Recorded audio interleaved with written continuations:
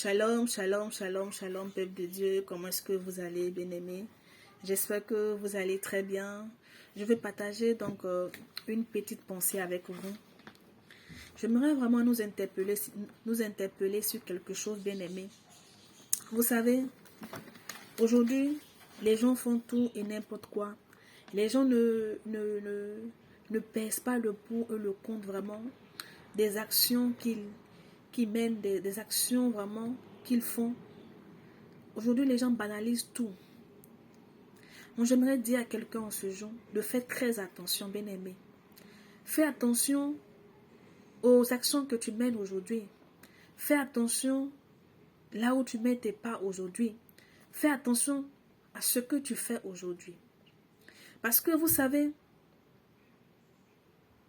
lorsqu'on voit un peu en 2 Samuel, le chapitre 11 et le chapitre 12, ce que David avait fait lorsqu'il est allé vraiment vers Bathsheba et qu'il est allé avec elle, il a couché avec elle.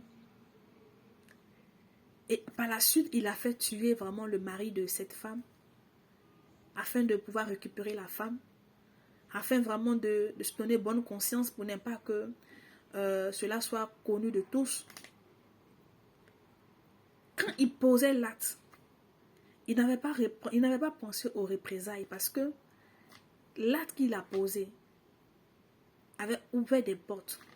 Parce que c'était un acte négatif, c'était un acte vraiment très négatif. D'abord, il a pris la femme de quelqu'un, couché avec la femme de quelqu'un, il avait commis l'adultère, le péché par le sexe, et il a fait tuer ce dernier-là.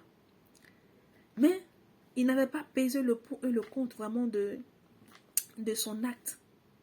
Mais après, ceci a eu de l'impact sur sa maison. Ceci a eu de l'impact sur sa maison. C'est vrai qu'il s'est repenti, mais la porte était ouverte. Et cette porte-là, il ne l'a pas fermée. Et ça a eu de l'impact négatif sur sa génération. Jusqu'à ce que même son propre fils, l'aîné Amnon, est allé avec sa soeur. L'inceste a rentré dans la maison parce que David avait ouvert la porte du péché du sexe. Et par la suite, Absalom, qui avait la haine parce qu'ils avaient déshonoré sa soeur, a tué Amnon. Donc le péché est entré, l'épée est rentrée. Comme le Seigneur l'avait dit par son serviteur. L'épée est rentrée. Et par la suite encore, Absalom même s'est levé contre son père. Et il voulait prendre la place de son père. Il voulait tuer son père. Parce que le Seigneur était avec David. Que David vraiment que Dieu n'a pas permis que Absalom vraiment puisse ôter la vie à David, son père. Et la Bible nous dit que il est allé même sur le toit. Il a pris les concubines, par les concubines de son père, qu'il a couché sur le toit à la vue de tout Israël. C'est un moment que lorsque David posait l'acte, il n'avait pas pensé aux représailles. Il n'avait pas pensé que tout ceci vraiment allait avoir de l'impact dans sa maison, sur ses enfants. Mais ce que nous devons retenir, ce que nous faisons aujourd'hui, que ce soit bon ou mauvais, aura de l'impact sur nos enfants, aura de l'impact sur nos petits-enfants. C'est pour cela que nous devons faire très attention à nos actions. Nous devons faire très attention. Nous devons faire très attention. Lévi et Siméon et Lévi, lorsque ils ont tué vraiment celui-là qui avait vraiment violé leur soeur. Lorsque leur père vraiment voulait les bénir, lorsqu'il leur a dit, venez, je vais vous dire ce qui va vous arriver dans la suite des temps. Qu'il est arrivé à leur niveau, il a dit non, que je vais me mélanger avec vous parce que vous êtes des hommes de sang, des hommes de colère. Et ils n'ont pas eu de part d'héritage. Il ne leur a rien donné il n'a rien relâché sur eux comme bénédiction. Il n'a rien relâché sur eux comme bénédiction. C'est pour cela que lorsque le Seigneur avait choisi les Lévites comme les sacrificateurs, ils n'avaient pas de part d'héritage parce que ils n'ont pas reçu leur part d'héritage. Ils n'ont pas reçu aussi la bénédiction, comme ça a été le cas pour les autres. Est-ce que vous comprenez un peu? Quel est l'acte que tu poses aujourd'hui? Quelles sont les actions que tu poses aujourd'hui, bien-aimé? Ne vois pas que cela, ne te dis pas que, ne voyons pas cela de façon, ne négligeons pas vraiment cela, parce que il y a des personnes aujourd'hui, même les fils de Noé, celui qui allait regarder la nudité de son frère, de son père, et qui est venu le rapporter à ses frères. Quand Noé a maudit, Noé a maudit sa descendance. Il a maudit la descendance de Cam. Il a maudit sa descendance. Et ce qui s'est passé lorsque la femme cananéenne est allée vers Jésus, c'est parce que la malédiction était sur elle. Parce qu'elle était la descendante de Cam. Donc, ce que nous faisons aujourd'hui, les actes que nous posons aujourd'hui, peut avoir des répercussions et aura des répercussions sur nos enfants. C'est pour cela que nous devons poser de bonnes actions. Nous devons faire des choses bonnes. Des actions bonnes. Il y a des personnes aujourd'hui qui sont dans des combats. Leur destinée vraiment est combattue. Mais quand ils vont voir des hommes de Dieu, on leur dit non, qu'il y a des autels qui avaient été élevés dans ta famille. Mais ces personnes n'étaient pas là au moment où on élevait ces autels-là. Au moment où ses grands-parents ou ses parents élevaient ces autels, ils n'étaient pas là. Mais aujourd'hui, ils en payent les frais. Mais est-ce que les parents qui faisaient cela, est-ce qu'ils savaient que l'acte, les actions qu'ils posaient allaient avoir de l'impact sur leur génération? Allaient dans l'avenir combattre vraiment la vie de leurs petits-enfants? Je ne pense pas qu'ils savaient. Parce que s'ils le savaient, ils n'allaient pas se donner ils n'allaient pas faire vraiment ces choses-là. Ils n'allaient pas faire ces choses-là.